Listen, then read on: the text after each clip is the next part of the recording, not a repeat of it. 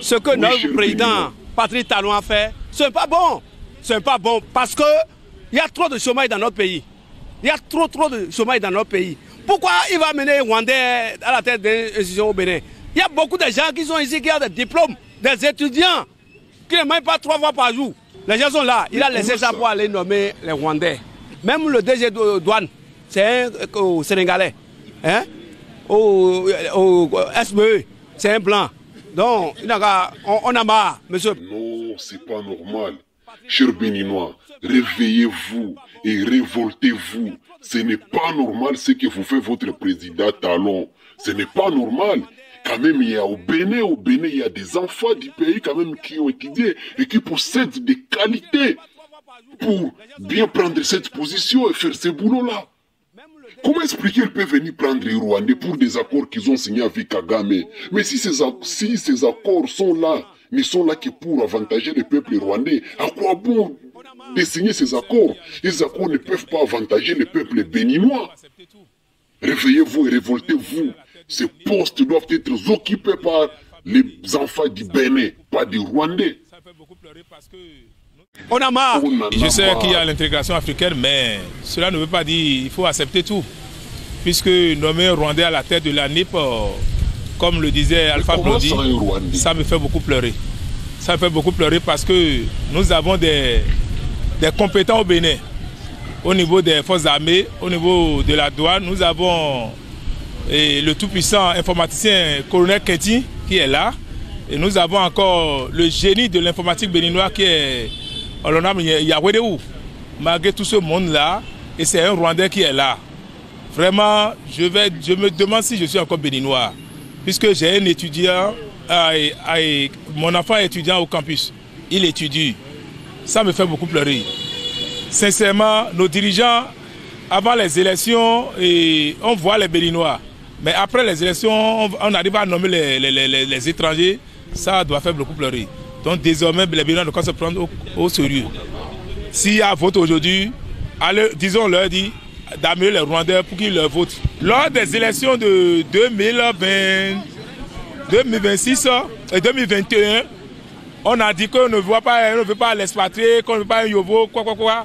Mais c'est le contraire que nous voyons aujourd'hui. Malgré qu'on a laissé le Yovo, nous avons voté pour le Mewi, et nous voici à la SBE.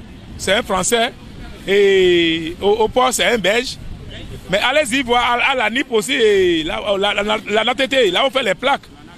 C'est un Rwandais. Allez-y voir encore l'informaticien central des ministères des Finances. C'est encore un Rwandais. Mon frère, qu'est-ce qui se passe? C'est pas possible. C'est qu'est-ce qui se passe?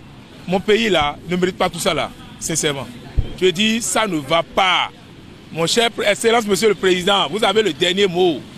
Vous êtes libre à tout moment, vous pouvez gommer encore ça. Sinon, sincèrement, ça fait pleurer. Sincèrement, ça me fait bloquer, ça me fait réfléchir. Mais non. Un Rwandais à un poste sensible, vraiment, je ne sais pas. Mais cher Béninois, mais moi je ne vous comprends pas. S'il vous plaît, je vous appelle à déconseiller votre président de signer des accords avec Kagame. Et puis je vous appelle à manifester, à marcher dans les rues pour demander l'expulsion de tous ces Rwandais-là, à la tête de ces institutions. Comment expliquer que vous pouvez prendre votre douane et vous donner ça à un Rwandais? Mais Talon, mais pourquoi tu fais ça aux enfants du Bénin? Qu'est-ce qu'ils t'ont fait pour mériter ça? Mais ils ne méritent pas ça. Mais comment expliquer que tu peux prendre la douane, tu donnes ça à un Rwandais? Les numériques, tu donnes ça à un Rwandais. Les secteurs sensibles comme ça? Mais pourquoi ne pas prendre la RDC pour référence? Regardez ce que Kagame a fait à la RDC. Qu'est-ce qu'on ne lui a pas donné en RDC? D'abord, le président, je commence par le premier président, Mzee Laurent Désiré Kabila. Il a signé des accords avec Kagame. Au finish, Kagame l'a fait assassiner. Kagame a créé des rébellions qui ont assassiné Mzee Laurent Désiré Kabila. Qu'est-ce qu'il n'a pas donné à Kagame? Il a pris même des Rwandais qu'il a donné des nationalités congolaises. Il les a donné même les ministères de la Défense. Mais au finish, Kagame l'a assassiné parce que Kagame voulait plus. Kagame, c'est quelqu'un qui ne respecte aucun accord. Et Kagame, c'est quelqu'un qui ne tire que les couvertures de son côté. C'est ça, Kagame. Kagame viendra petit à petit, va commencer à infiltrer d'abord vos institutions. Donnez à votre président là une femme rwandaise, vos députés de femmes rwandaises, ces filles-là belles-là, des députés. Et au finish, infiltrer vos institutions. Ce que Kagame fait, ce sont vos minéraux, votre richesse. Et après, maintenant, il voudra votre sol. Et si vous refusez, il vous va faire la guerre. Il va commencer à infiltrer même votre armée. Kagame ne vient pas pour mettre fin au phénomène djihadiste. C'est faux. Kagame vient maintenant pour que le phénomène djihadiste puisse se pendre partout, se répandre partout. Je vous dis, après une année, 2 ans, le phénomène djihadiste sera dans plusieurs zones où il ne se trouve même pas actuellement. Manifester pour demander l'expulsion de tous ces Rwandais à cette tête des institutions-là. Ces postes doivent être occupés par les enfants du Bénin. Le deuxième président congolais est arrivé, Félix Tshisekedi. Il y a tout donné. Mais Kagame voulait encore plus. Jusqu'à ce qu'il voulait même l'assassiner. Plusieurs tentatives de coup d'état d'assassinat du président Félix Tshisekedi par Kagame là. Qui ont raté. Mais Félix lui a tout donné. Mais président africain, pourquoi vous ne pouvez pas comprendre que Kagame, ce n'est pas quelqu'un avec qui vous pouvez signer des accords. Il ne respecte aucun accord. C'est quelqu'un qu'il faut éloigner, laisser seul.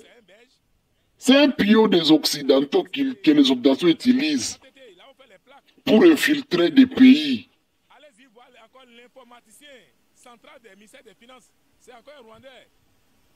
Mais comprenez ça, non? Mais est-ce que lui, Kagame, lui là, il a engagé des Béninois? Combien de Béninois Kagame a engagé au Rwanda? Vous prenez la douane, les numériques, et j'aurais appris que même l'agriculture sera donnée à un Rwandais. Même le secteur des investissements sera donné à un Rwandais. Mais vous êtes normal ou quoi? Béninois, marchez, manifester pour que ce poste soit occupé par des